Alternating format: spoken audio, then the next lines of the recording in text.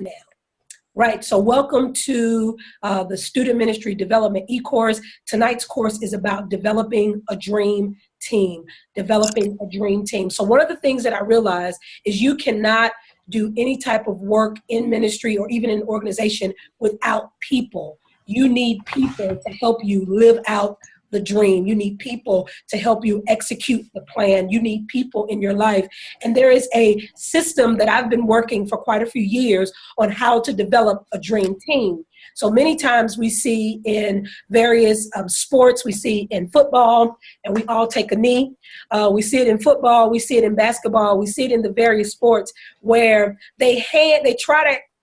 teams try to hand pick who they want on their team, and the goal is to ensure victory, right? So they reach out and they pay them enormous amounts of money to get them to sign with their team, or they pay them these enormous amounts of money, or they promise them all of these things because they want to ensure that I get the best of the best on my team to make sure my team wins. It's all about winning in the end. And it's the same thing in organizations. We would love to say that we can go out and pick the best of the best to be on our team. You know, we would love to hand pick somebody from Mexico, somebody from Europe, somebody from Texas, somebody from New Jersey, somebody from Philly, somebody from New York. And if we could, we would hand pick the best of the best and everything that we need, and we would bring them to our organization and say, let's win. But in life, when we see organizations such as ours, nonprofit organizations, church organizations, we don't have the luxury of being able to go and hand pick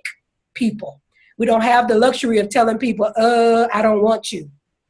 We don't have the luxury of even knowing what's available to us. We have to sometimes take what's given to us. So that's one of the reasons why I didn't call this course Making the Dream Team, because to make something means you take components that you know already work and you put them together to create one central theme. But when you look at the word development means to grow. The word development means to cause something to become or cause something to mature. So we want to develop a dream team because we can't always handpick who we want on our team. We can't always handpick who we want as our volunteers. And sometimes, if truth be told, if we handpicked who we wanted, we would probably pick wrong. Because we would pick people who are a lot like us. We would pick people who like us. We would pick people who look the part. We would pick people who act the part. And we wouldn't do the necessary things that were required of us as a leader to develop an individual. So the reason why I call this course Developing the Dream Team is because I wanted people to understand that we don't make it. We don't make this team. We don't go out and say, oh, I want this person, I want that person, because we work in an organization that's filled with all sorts of people. But we want to develop a dream team. So it may take us teaching. It may take us instructing. It may take us leading other people. So what we have to understand is we can't always choose our dream team. We have to be willing to groom our dream team. We can't always choose our dream team. We have to be willing to groom our dream team. So we have to pick people who are groomable. We have to pick people, and we have to allow people to serve with us, people who may not be everything today, but you see something in them that you know they can mature and they can become everything that you need them to be. Anybody have any questions? If you have any questions, just jump in or throw your hand up, and I'll make sure I address any questions that you may have. Another thing that we have to make sure we do is we have to make sure that when we're developing this dream team, we keep in mind what the dream is. So the dream is the vision or the cause. So developing a dream team, we have to develop a team that will rally around the dream. And for us, the dream is the vision or the cause. The dream is the vision or the cause. It's whatever it is that we've come together to support. So for many of us, that's the church. That's our ministry area. That's what we're doing. So in order for us to develop a team, we have to make sure we have a cause. Why are we coming together? What is the vision for this area of ministry? So we have to make sure this team that we're developing, the team is for the ministry or the cause. The team is for the ministry or the cause. So we have to make sure that we understand the ministry and we understand the cause. We have to make sure that we understand the ministry or the cause? What is it that we're supporting? What's the reason why we've come together? We have to make sure that everybody understands what that dream is, all right? Something else that I think that you have to do is when you are developing your dream team, you have to make sure you are not trying to develop your dream team out of survival mode. Now, when you're working at a nonprofit or when you're working at a church, a lot of times, you're not privileged to start when the organization starts, right? You're not privileged to start working in an organization when it starts. So you say, I started from the ground up, I was there from day one, and I started building my volunteer base. Most of the time what happens is we join an organization that's already moving. We join an organism, a live body that's already moving, that's already working, and then we're tasked with adding value, right? We're tasked with bringing on other volunteers. So then we're looking like we're in survival mode. We're trying to find people because we need people. And I've been there. I've joined organizations, I've been selected to be the leader in an organization, and I knew I needed volunteers. And out of survival mode, I was like, anybody, everybody that want to serve, just come on in. And I realized that was wrong to do because I ended up with people that didn't really want to be there. I ended up with people that were harm to the organization more than they were help to the organization. I ended up with people that were not teachable. I ended up with people who were complainers. I ended up with people who didn't have the mission in mind. So when we select volunteers or when we develop our dream team or our team for the cause, when we develop them out of this survival mode, we will pick wrong. You may get one or two who stick, and you may get one or two who are the ideal volunteer or the ideal team member. But for the most part, when you start picking people out of desperation and survival mode, you will pick wrong because you're in this mode of, I just need somebody, and you don't look at the signs of the things that you need to be paying attention to. Does that make sense to you guys? Yes. Awesome. So it's very, very important that as you're looking to develop your cause team, the people who will support whatever the cause is, it could be a church cause, your ministry cause, it could be your work cause, whatever it is, if you have to build a team, make sure that you're not trying to build a team out of survival mode. Think it through. The Bible tells us in Luke 14 that a man doesn't go and build a house without first counting up the cost. Because if you don't count up the cost, or if you do it in survival mode, there's some things you're going to miss, and then you make yourself somebody to be mocked. Then people will look at you because it won't last. When you do things out of survival mode, when you marry out of survival mode, when you pick a job out of survival mode, you will always end up coming back saying, that probably was not the best decision for me to make.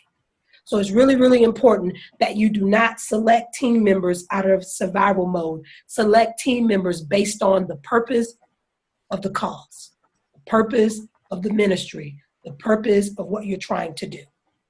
All right? So I'm going to go through our points for tonight, ways that we can develop a dream team, ways that we can develop a team that will be sustainable, ways that we can develop a team that will add value to our ministry and our organization. There are 3 things that I feel that we can do, and I'm going to do a little screen sharing so that you all can see. I worked on my PowerPoint today, and I want y'all to see my PowerPoint. Really. Okay. So I'm going to figure out, I'm still learning Zoom, so I'm going to figure out how to do this screen sharing, but there are a couple of things that I want you guys to see. Let's see here. We're going to go to share. Can y'all see my screen? Yeah. Yes. All right. So here we go. So this is developing a dream team. This is class 1. And this is a quote that I saw today. And this quote said, volunteers do not necessarily have the time. They just have the heart. So that's something that we need to remember, that when we select people or when people choose to serve with us or choose to work with us or choose to volunteer with us, it's not always that they have a whole lot of time. They just have a heart to help out. And we want to make sure that we're even selective with the people who have a heart to help us to make sure they're the people that we need. Another thing that I want you guys to remember is that good people don't always equal good volunteers. Good people does not always equal good volunteers.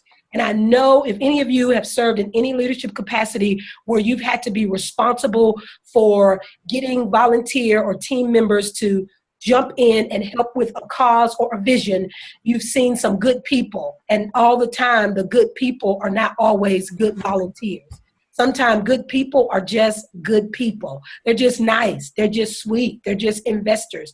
But they don't always equal good volunteers. And you have to be able, when it's a ministry area or a business area that you're responsible for, you've got to be prepared to have those tough conversations to good people to let them know this may not be a good fit for where you want to be. So when we're developing a dream team, remember, we got to understand what that cause or that vision is, but we're responsible for that. We're responsible for making sure it works. We want to develop a team that's going to win. We want to develop a team. That's the whole idea of a dream team, is getting a team that's going to win. Nobody wants a dream team that's going to lose. So when LeBron goes to the team that he goes to, and when they don't win, they looking at him sideways, because the only reason why he was brought to whatever state that he goes to, whatever team that he goes to, and they pay him the amount of money that they pay him, is because the idea is we're going to get a ring. We're going to win. And that's what any top athlete, when they're being taken to another team or offered these astronomical amounts of money, it's because the team wants to win. And when we add people to our teams, it's because we want to win. All right? So when you're developing a dream team, the first thing that you have to understand is you have to understand the vision. When you're developing a dream team, you have to understand the vision. You have to understand what's the cause. Why are we here? Why are we gathering? And what is it that they want me to do? You have to understand what's the cause. Why are we here? What's the reason why we're gathering? And then what do they want me to do? So in understanding the vision, you have to be prepared to ask the right questions. So if you're going to be able to understand the vision, you got to ask the right questions. And some of those questions are, what do you want me to do? What do you see? Where do you see this area going in the future? You have to be ready to ask those questions, because if you don't ask those questions, you will develop a team, or you will build a team based on an idea that you have in your head, and it's not meeting the objective of the leader of the organization. So if you don't ask the organization leader, and for many of us, that's the pastor, it may be the nonprofit organization leader, the COO, the DOO, whoever that is, the ministry leader, if you don't ask them the right questions, you will create a team based off of what you think and not what you know. And that's very dangerous to do, because it's a lot of work in putting together a team. It's a lot of work in getting people to buy into whatever it is that you want them to do. But if you're only going off of what you think they want and not what you know they want, you'll develop a team based on that, and then that team will be wrong. Because then when you take this idea, or when you take this structure back to the pastor, or you take this structure back to the ministry leader, or you take this structure back to the COO or the DOO of this organization, they'll be like, well, no, that's not what we really want you to do, because you didn't ask the questions. So the first thing that you have to do when you want to develop, when you want to groom, when you want to grow your dream team or your cause team or your vision team, is you have to be willing to understand the vision. Why are we doing this? What do you want out of this? What's the overall task that you want me to do? Now, in a church context, and we'll talk a little bit about church, because that's a lot of my background is in church, and many of you, your ministry experience at this point is in church. But in a church background, there are a couple of questions that you have to ask. You have to ask the overall vision, so you need to understand the vision of the church, right? So it's very important that you understand the vision of the organization that you are volunteering or that you're working in. But then the other thing that you have to understand is you have to understand the task that they want you to do, or the vision that's related to the task. So the vision, for example, the vision for an overall church may be, for the church that I attend Change Church in Ewing and West Hampton, New Jersey. And our vision is to help as many people as we can change their life for God's good, for God's glory and their good, right? So that's what we do. We help people change. Change Church, we help change people. But then there is a task or a vision for the area of ministry that I lead, right? So the task or the vision or the win for the area of ministry that I lead is that it's experience driven, that it's sound teaching, and that we show verifiable growth. If I didn't know those three things, I would be aiming in a direction that I didn't know where to go. So for whatever organization that you lead in, you have to understand the vision, but sometimes there may be a vision for the overall organization, but then there may be a vision for your specific area that you're serving in. So you have to make sure you're clear on the vision for the overall organization, and then you have to make sure you're clear about the vision for the particular area that you're serving in. Is that making sense to everybody? Yes. Anybody have any questions? So what I want you guys to make sure you take away from that is there may be two things that you need to keep in mind. Because although I need to keep in mind at the church that I serve at, I need to keep in mind that we're going to do anything that we can to help people change their life. I also understand there has to be verifiable growth in the area that I lead. It has to be experience driven, and it has to be sound biblical teaching. So I operate off of two different things. I'm going to do anything that I can to see that these young people are changed, but I also have to understand that there are certain vision goals that I have for my area of ministry. So whenever you're working with people or you're developing a team, and many of you will be tasked to do that or have been tasked to do that, you have to make sure you understand the vision. You understand the vision. Now, for some of us, we may be a part of an organization, and you have to make sure you understand the vision, and you have to ask the questions is this a vision that's growing? Another question that you have to ask is this a vision that's growing?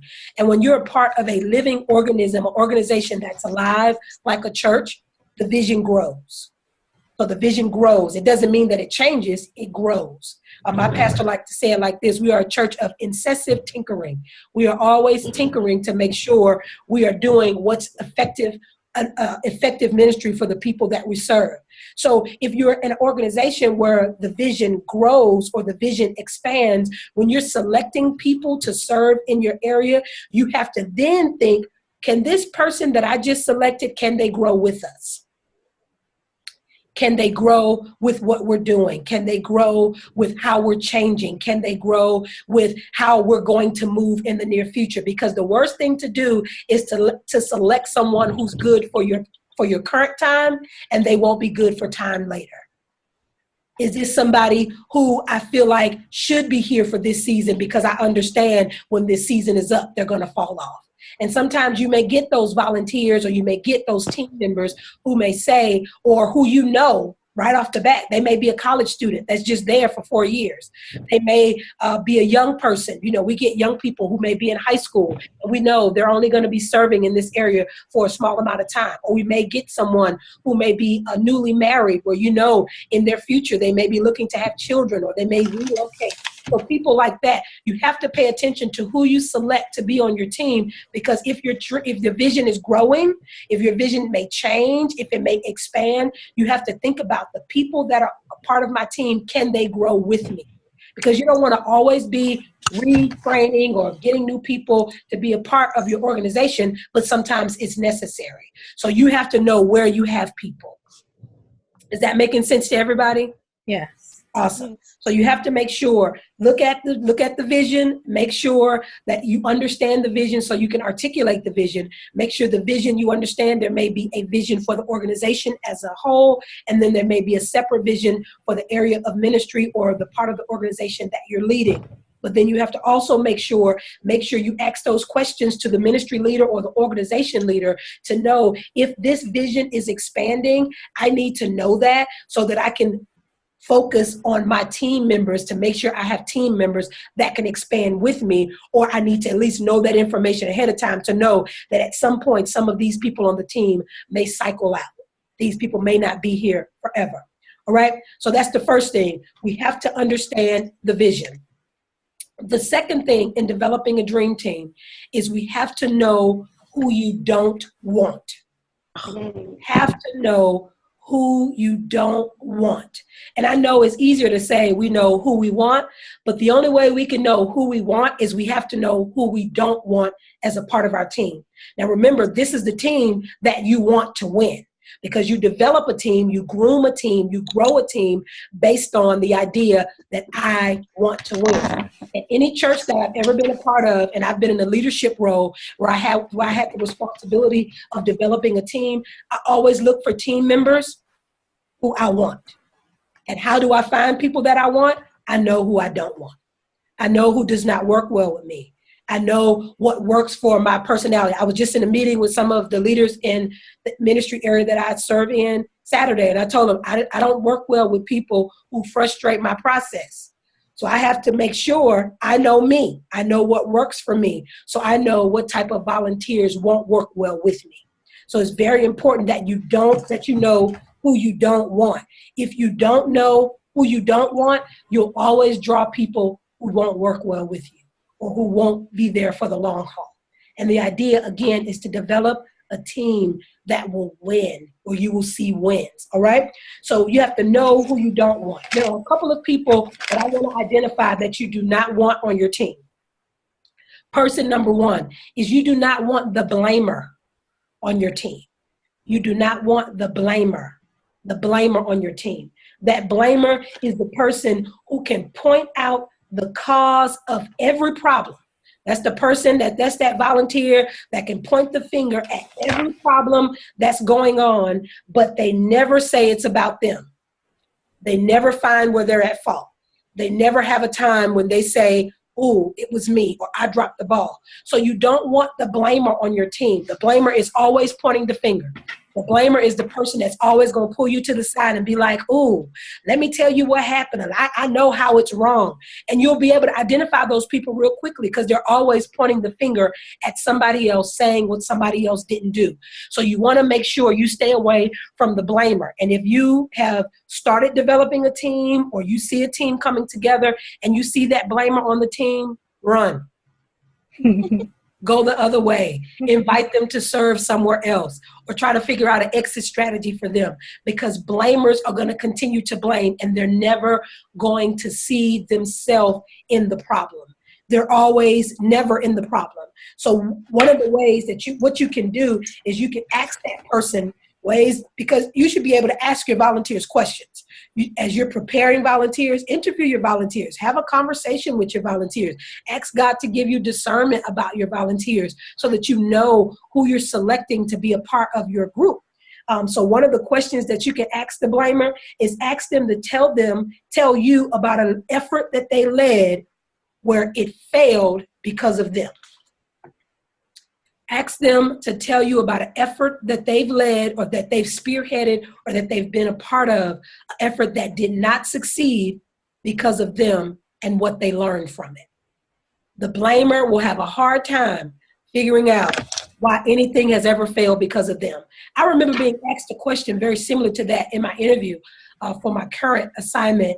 And I was asked kind of about my shortcomings and things like that, those regular interview questions. And I have examples of times when I thought I was killing it, when I thought I was doing it, and events would flop, or kids wouldn't get it, or they may have been there in number, but nobody was changed. Nobody was helped. So I can look back at times where I saw it did not work, or where I put my focus in the wrong area.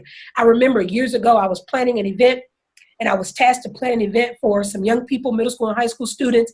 And I went head first into the event, like, oh, I know what to do. I know how to do it because I had planned events before. And the event was very unsuccessful. And after the event was unsuccessful, then I wanted to ask the Lord about it. And his response to me was, "You never asked me about it in the beginning." So I didn't start asking him about it, but I had to be honest and tell my pastor, this event failed because I thought I knew what I was doing. I didn't blame it on my volunteers. I didn't blame it on, well, see, the kids didn't want to respond, or the parents didn't bring up. No, this event was not a success because I did not do my due diligence. I failed the event. So when you have those blamers on your team, they will never be able to say what they've done wrong. When you ask questions like, well, did we get all of the nachos, or did we get the stuff cooked? They'll be pointing their finger to everybody else and what they didn't do, and never point their finger at what they didn't do. So the first person that you want to make sure you don't want on your team is the blamer. Everybody say the blamer. The blamer. You don't want the blamer on your team. The second person that you don't want is you don't want the person that has the old school mentality. You do not want the person with the old school mentality. And when I say the old school mentality, I am not meaning a mentality of I'm just an older person, because we want people of all age groups to serve on our team because they all serve a purpose. Every age group, every area of experience serves a purpose. But you don't want the person with the old school mentality, the person that's stuck in how we used to do it. You don't want that person on your team. So you don't want the blamer. And you definitely don't want the person with the mentality that says, oh, this is how we used to do it. And all they can talk about is what we used to do. If what we used to do is not effective today, we really shouldn't be talking about what we used to do. So you want to make sure you don't have the blamer on your team. And you want to make sure that you don't have the person that has this old school mentality that's always focused on what we used to do. Because when people focus on what we used to do, they can never see what we have to do. They can never focus on where we're going. They can never focus on the vision that they have. Because again, if that vision is expanding, if that vision is changing, if that vision is growing, you're part of a church organism that's alive, that vision is going to grow, that vision is going to expand, that vision may change, your directives may change, the goals may change. And if that's happening, you can't have people on your team that's always trying to remind you of what you used to do. So you don't want the person that has the old school mentality that's always trying to remind you what you used to do. They become like a cancer because they're always eating away at what we used to do. And if somebody's always concerned about what's behind them, they can never see what's in front of them. So a question that you can ask a volunteer as you're preparing them to serve is you can ask them, what's one thing that you've learned this year that changes how you do ministry? So if you have somebody, just to make sure they're not stuck in the past, ask them, what's changed in the last year in the way you do ministry?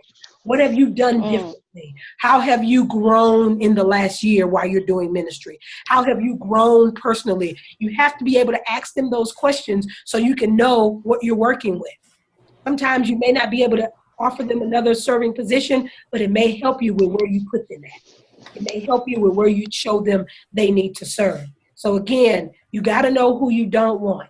You don't want the person who's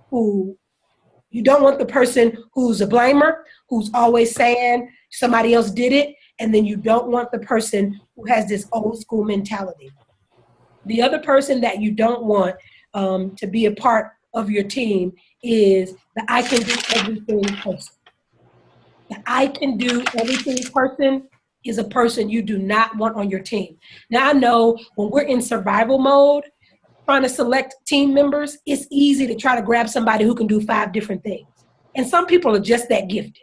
Some people are just that talented where they have the ability to do various things. But you don't want that person on your team who is just like, oh, I can do that, and I can do that too. Oh, I got that covered too. Because what they do is they begin to immobilize other people's gifts. It makes other volunteers feel like they're insignificant and they're not needed when that person can't share the load. So it's very, very important that you don't get the blamer. It's also important that you don't get the person who's old school in their mentality and they don't want to move forward. But you also have to make sure you don't get a team member who's like, I can do it, I got it, I can do that too, and I can do that too. You sit in a meeting and you give out deliverables and they take 5 things off the table. You're like, nobody else can pick anything because you're taking everything. And what that does is that causes volunteers to feel immobilized. It immobilizes their gift. It makes other people feel like, well, maybe my gift is not needed. It makes people feel like that my talent is not needed in this particular setting. And it makes people feel like they're overlooked. So you want to make sure you don't have that person who's ready to grab all of the assignments. And I know sometimes it's easy to let people grab those assignments when you don't want to have to be stuck with them. Right? It's easy to let people grab, one person grab 3 or 4 things when you don't want to be stuck with it as a leader. But you want to also make sure as a leader, you're not being that I can do everything person. So as a leader, the person tasked to develop a team, you don't want to be that I can do everything person. And I've been guilty of that because I have various gifts and talents and I know how I want things done. I have been that person. I can do it, I can do it, I can do it. And then when something's not done effectively, when something's not done efficiently, and when something's not done in excellence, the only person I can blame is myself. But then I have team members who show up to an event and they've done nothing and they're like, well, I'm waiting on you to give me something. So you got to guard yourself against having that mentality yourself. I can do it, I can do it, I can do it. And make sure you use and you mobilize the gifts that are around you. If you're developing a team, the idea is you want to win, but you got to make sure you mobilize the gifts that are around you. Make sure the volunteers that become a part of your team, the people who become a part, make sure they feel like they're valued and that their gifts are valued by giving them tasks and assignments. Even sometimes when they don't know how to ask for them, ask God for discernment. What is it that this person can do and they can offer? And then you give them those talents. How you guard yourself from getting one of those people who are, I can do everything. A question that you can ask them is, if I allow you to lead, how will you involve others? Question you can ask them is, if I allow you to lead, how can you involve others? Because whoever it is, they have to be willing to involve other people. They have to be willing to develop a team. So let's say, for instance, you have an event and you need somebody to be over volunteers. And you choose, let's say you choose Sally to be over volunteers. Now, Sally, to be over volunteers, you have to figure out how to galvanize volunteers. You have to figure out how to train volunteers. And then you have to figure out where volunteers are going to be placed. So you got to figure out how to get them, how to train them, and where to place them. How to get them, how to train them, and where to place them. But you chose Sally to be over it. Now, if Sally is one of those people who feel like I can do it all, she'll think you just asked her to get the volunteers, train the volunteers, and place the volunteers. But if you've just given Sally the task of being over volunteers, what Sally should be doing is finding Mary, who's going to get the volunteers, finding Teresa, who's going to train the volunteers, and then finding somebody else who's going to tell the volunteers where they need to be placed. Because good leadership says that I can empower others to do the work. I'm not going to try to do it all myself. I'm not going to try to run all the classes myself, but I'm going to find something in other people where they can be a part of this process, especially if there are other team members that are involved. Is that making sense to everybody? Yes. Awesome. Is this helping any? Absolutely. Yes. Awesome, awesome, awesome. I'm so glad. Yay.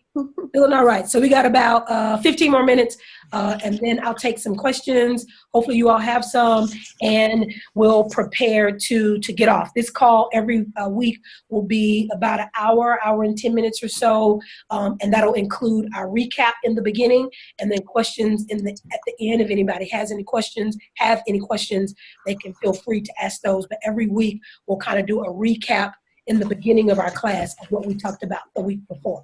All right, so we've talked about, just to give a little small recap of what we've talked about so far, we talked about why we call it developing a dream team, because the word develop means to grow, because as a part of the organization, we don't get to handpick and select. We may have to develop some people to be what we want them to be. Because we don't always get to choose it. We also understand that in order for us to develop this dream team, we have to understand the vision. The first thing we have to do is we have to understand the vision, understand the cause, understand the why. Why are we doing this? Why are we here? Why are we gathering together? And then we understand that there may be two visions that we need to pay attention to. The overall vision of the organization, and also the vision of the portion of the organization that we're running. The overall vision of the church and the church context, and then the vision of the ministry that I'm leading in.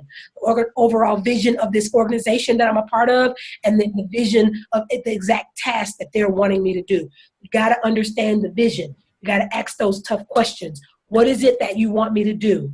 How is it that you want me to do it? What's the outcome that you want to see? Because if we don't ask those questions, people will not be able to give us what they want us to know. Then we'll be thinking one thing and they'll be looking for something else.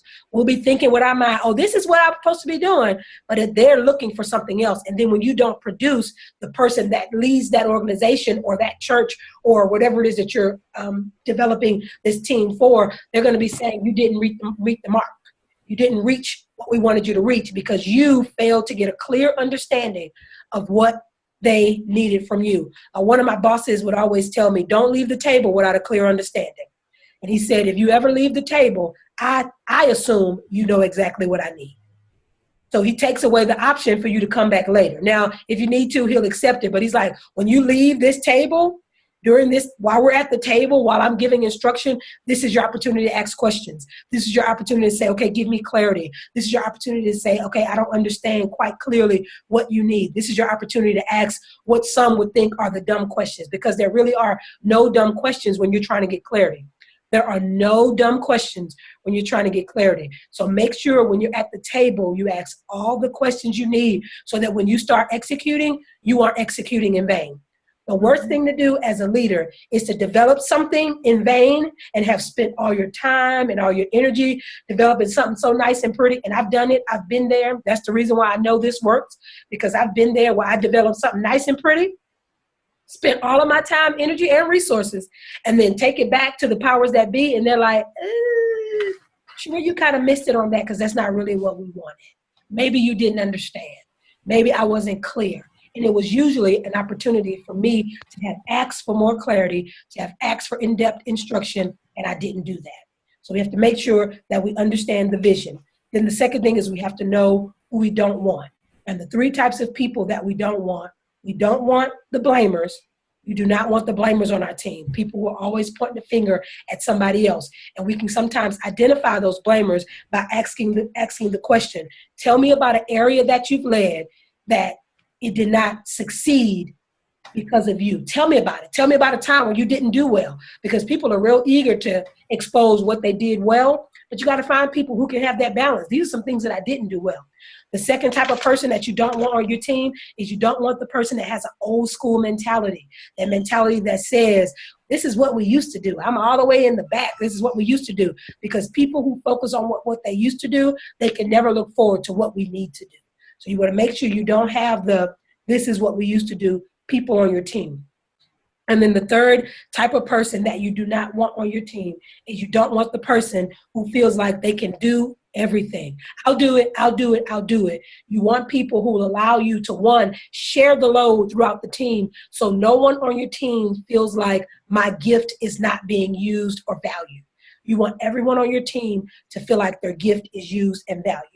And the third thing that you have to do when you're developing a dream team is you have to, after you know the type of person you don't want, you then have to know the type of person you do want. You have to know the type of person that you do want on your team. If you can know the type of person that you don't want, you have to know the type of person that you do want. What are the type of people that you do want on your team? You want people who are mission-minded. You want people on your team who are mission-minded. If they can't understand the vision and why we're doing what we're doing, you don't want them on your team. You want people who will remind you of why we do this. Because if they're not reminding you why we do this, they're probably on the team for the wrong reason. Because what happens is, because we're personalities, people will join our team because we're cute. People will join our team because they think we're nice. People join our team because they like what we have to offer. But if they don't have the mission in their mind, they will be a hindrance to our team. Or when we have to make necessary adjustments, they will get offended. When we have to make necessary adjustments, they will get upset and they will walk away because they don't have the mission in their mind. So the kind of people you want on your team are people that are mission-minded, people that when I articulate vision to you, when I articulate why we do what we do, every event that you think of, you're thinking about that vision. Every idea you think of, you're thinking about that vision, because you realize the vision is the only reason why we're together. The vision is the only reason why this team exists, for the vision. Does that make sense to everybody? Mm-hmm. You got to have vision, mission-minded people. The second type of person that you want on your team is you want people who are flexible. People who are flexible. People who don't take offense when I have to move you. Some years ago, we used to take kids to Kids Across America camp in Branson, Missouri. And one of the things they would do at Kids Across America, they had something that they called K-Flex. And that was, because we deal with children, we have to be flexible with our schedules. We have to be flexible with how we do things. Sometimes you may come to teach kids one lesson, and because all of their attitudes are bad that day, you got to tweak what you want to teach. But if you're not, Mm-hmm. you'll try to keep what you wanted to do, and they'll be looking at you like, this is not going to work. So you have to make sure that not only you get mission-minded people, but you get people who are flexible. And if you have a bunch of people on your team that only want to do the one thing that they like to do, and they're not flexible to bend, those people will hinder your team more than they help your team. If you get a bunch of people on your team who are like, this is just what I like to do. I'm just a check-in person, or I'm just this kind of person, and they're not willing to be teachable, they're not willing to be taught something different, those are people who make me nervous. When I get people who are like, this is just what I want to do, and they're never flexible, they're not flexible for the children, they're not flexible for the cause of the organization, those are people that I try to stay away from, okay? And then the third type of person that you want on your team is you want somebody who's teachable. You want somebody who's teachable. Why do you want a teachable person? Because if you are a part of a ministry, or if you are a part of an organization that grows, an organization where the vision grows, the vision may expand. Today we may be in one location, next year we may be in 5. Today we may be focusing on the hurting and the homeless. Next year we may be focusing on families or single families. If you're a part of an organization, or I like to call them an organism, they're alive and they grow, you have to have people on your team that are teachable, people who you can teach how to do what it is that we do. Because what happens is, as a ministry leader or organization leader, you have to be teachable, right? You have to be able to take coaching. You have to be able to be told you didn't do that right. And it's not always easy to be told you didn't do that right or you did a bad job, but you have to be open enough to receive that correction so you can grow. So you want those type of people on your dream team. Your dream team should have people on it that are teachable, people who you can say, can I talk to you? These are some things that I see that you could do a little bit better. But if you have people on your team that are very moody, you have people on your team that you can't teach anything to, your team is going to fail. Again, like I told you in the beginning, the objective of a dream team is to win. The only reason why we develop a team is because we want to win. We want to be able to accomplish the mission that we've been given. But if you have people on your team who are not teachable, your team will not win. And you have to be mindful. How you find people who are not teachable is if you find people who are always a lot like you. So I remember early on in my ministry, in growing children's ministry groups, I used to always look for volunteers who were like me. So I used to look for volunteers who were single. I used to look for volunteers who were fun. And I used to look for volunteers who had a lot of time. I used to look for those 3 kinds. Because I figured if they were like me, we could win. But then I realized if everybody's single on Friday, everybody wants to go out. Yeah. Right? So if I get everybody just like me, so if I get a room full of just single people, and when a good concert is in town, everybody in my ministry group is probably going to that concert. So when we have a lock-in, nobody in my ministry group wants to serve on a Friday because that's date night, that's out night, that's hangout night. So I realized I had to diversify the people who serve with me, because if everybody was like me, when it came time to do certain things, the people like me aren't going to want to do it. Then I had to realize everybody's not going to be a ball of fun like me. I needed some disciplinarians on the team. So now I can come in and be the fun guy, but we got to have somebody who's going to be the mean guy. But if everybody is the fun guy, the kids have no order, the kids have no structure. So you have to get people who are not like you. You got to find a wide range of people, and that's what causes the team to grow. So you need an older person on your team, because that's the person who's going to think about hugging and loving on a kid. You got to have somebody who has children. I don't have children of my own, and I was crazy to think that I needed a bunch of single people with no kids running youth ministry. I was crazy to think that, because we had no clue when it came to kids and the needs for parents, or the need for the parent, or the ideas that the parents would have. So I had to fill my team with people who were single, people who were married, people who were a little bit older. If you are serving in a context where it's a smaller church and you may have to do some cooking, you need somebody who knows how to cook. That wasn't me. So I was like, I can't get everybody that's like me. You got to get people on your team who will give you a diversity in your team enough so that your team can win. So the kind of people you want on your team: 1, you want mission-minded people. 2, you want flexible people. And 3, you want teachable people. people who I can teach. And if you have somebody in your ministry who thinks that they're better than you can't teach them. You have somebody in your ministry who does not respect the authority that you bring as a leader to your ministry, to your organization, to whatever it is that you lead, you cannot teach them. Whenever you try to teach them, they're going to look at that as a confrontation, and it's always going to be a headbutting. And you don't want to fill your ministry with people who keep you headbutting. You don't want to fill your ministry with people who keep you headbutting. So there you have it. 3 things that you need to know when developing a dream team. Remember, the dream is the vision or the cause, the reason why we're together. The dream is the cause or the reason why we're together. And you have to make sure you have an understanding of that vision, because that vision is what you have to articulate to somebody else. So the first way that you develop a dream team is you have to understand the vision. You have to understand if that vision grows. You have to understand if that vision is just kind of sedentary. It just kind of stays the same. Nothing's going to change about this. This is what it's going to be. But you have to ask those questions. Then you have to know the people you don't want on your team. You don't want the blamer. You don't want the I can do everything. And you don't want the old school minded person. Then you have to know the people you do want. You want the person who's teachable. You want the person who's flexible. And you want the person who's mission-minded on your team. How to groom and develop a dream team. It takes time. It takes trying things. It doesn't all happen overnight. Nothing is done in one swoop, but it takes you knowing some fundamental things. And over my 20-some odd years of doing student ministry, I have found these to be 3 things that get me with teams that I have been fortunate enough to, in my career in ministry, I've been able to leave 3 different assignments and leave a well-oiled volunteer team, and they still are serving today. So I've been able to leave volunteers in a place and they serve for years. And the person that is my predecessor, the person who takes the reins, one of the things that they say is that's a good volunteer group that you develop. Because I learned that I have to know who I don't want, and I have to know who I want, and then I have to understand the vision. Because every place that you go, that vision is going to change. What's important to one church in the church context may not be important to the next church. So you have to know what that is. And sometimes it takes some tweaking, and sometimes it takes some moving around.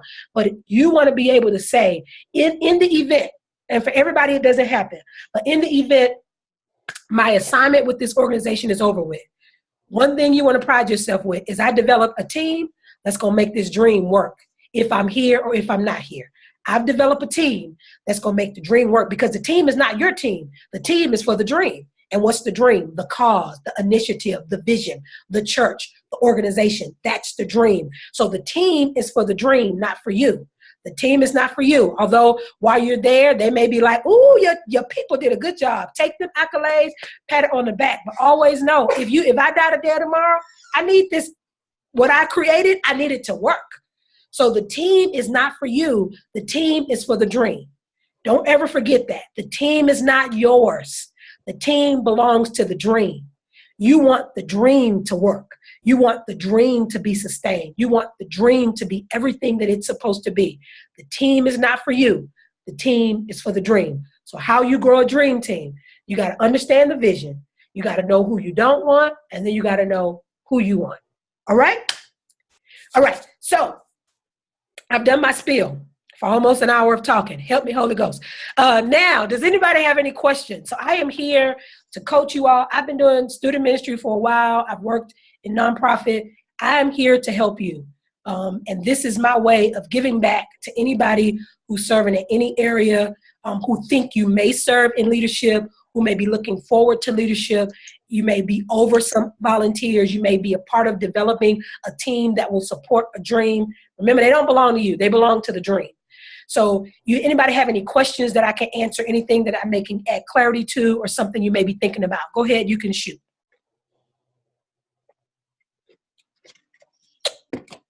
Anybody? Was I clear?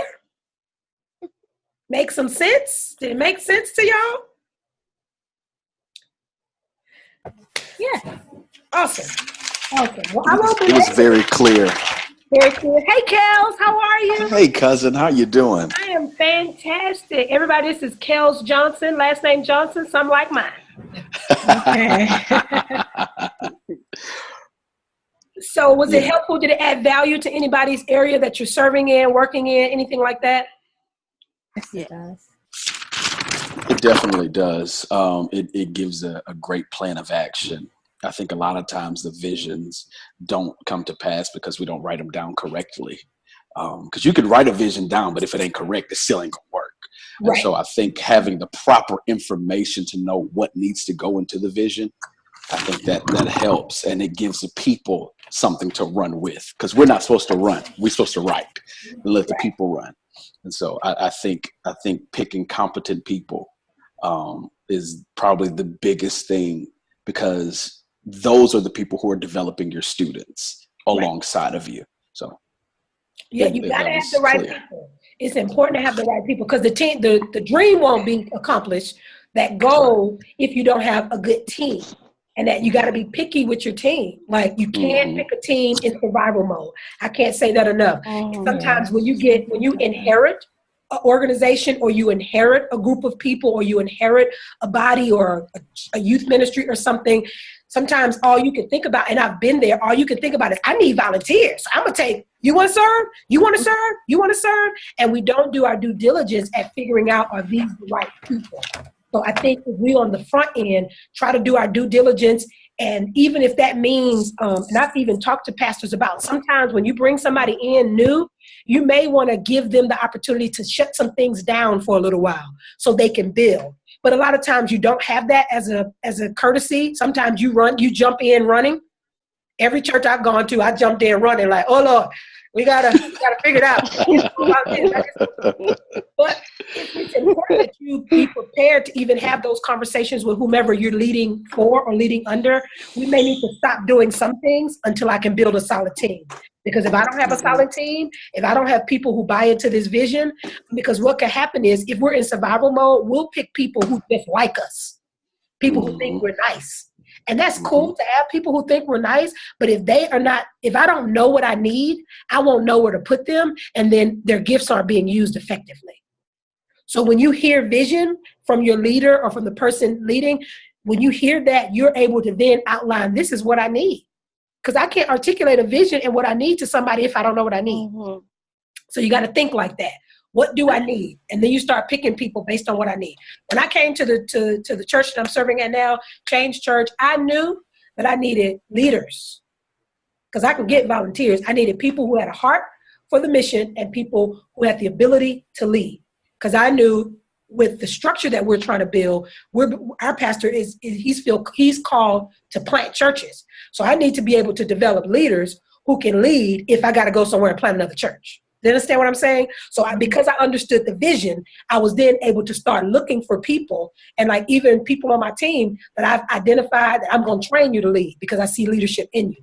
So then I know how to train. I know how to point people, how to direct people. So it's very, very important that you understand vision. Any other thoughts, comments? If not, I'm going to let you go. I have a question. How do you work, I guess, in an organization where you're seeing the need for growth and change and you're coming in, but the ones that are over you, your leader, your bosses, they're not having that same mind frame. They're kind of like in the mode of, this is how we used to do it. How do you work to develop the team to take the vision in a forward progression? Just so that we get out of the old way and move into something new and fresh that makes sense and that it has the ability to grow. Okay, so you're saying, just want to make sure I got you clear. You're saying, what if the person leading you is kind of stuck in that old way? Yes. And you're saying, well, we need to progress. The best way to do that, I would say, is to bring them proof, right? You have a conversation, but you bring them proof of what I see, how it can help. It can take us forward. Because people can't deny facts.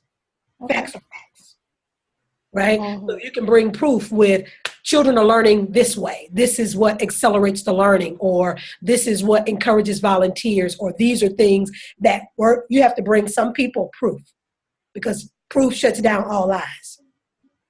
So you got to bring them proof. And then also pray for the right space, because we're talking about Christian organizations at this point. You know, pray for that space to be able to bring in that information, because truth won't be identified as truth if it's taken wrong.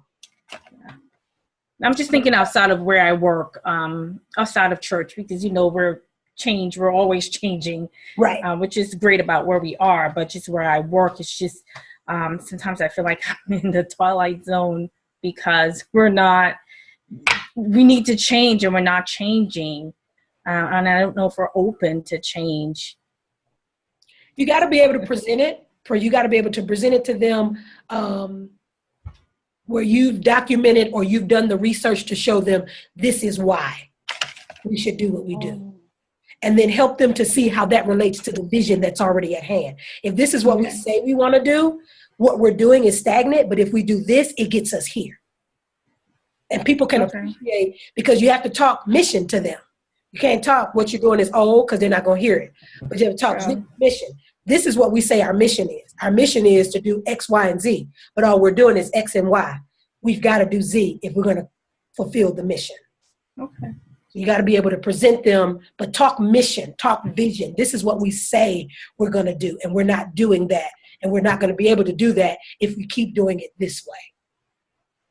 People need proof. Sure. And it also shows that you care about the vision. Anybody else? Any thoughts, questions, comments?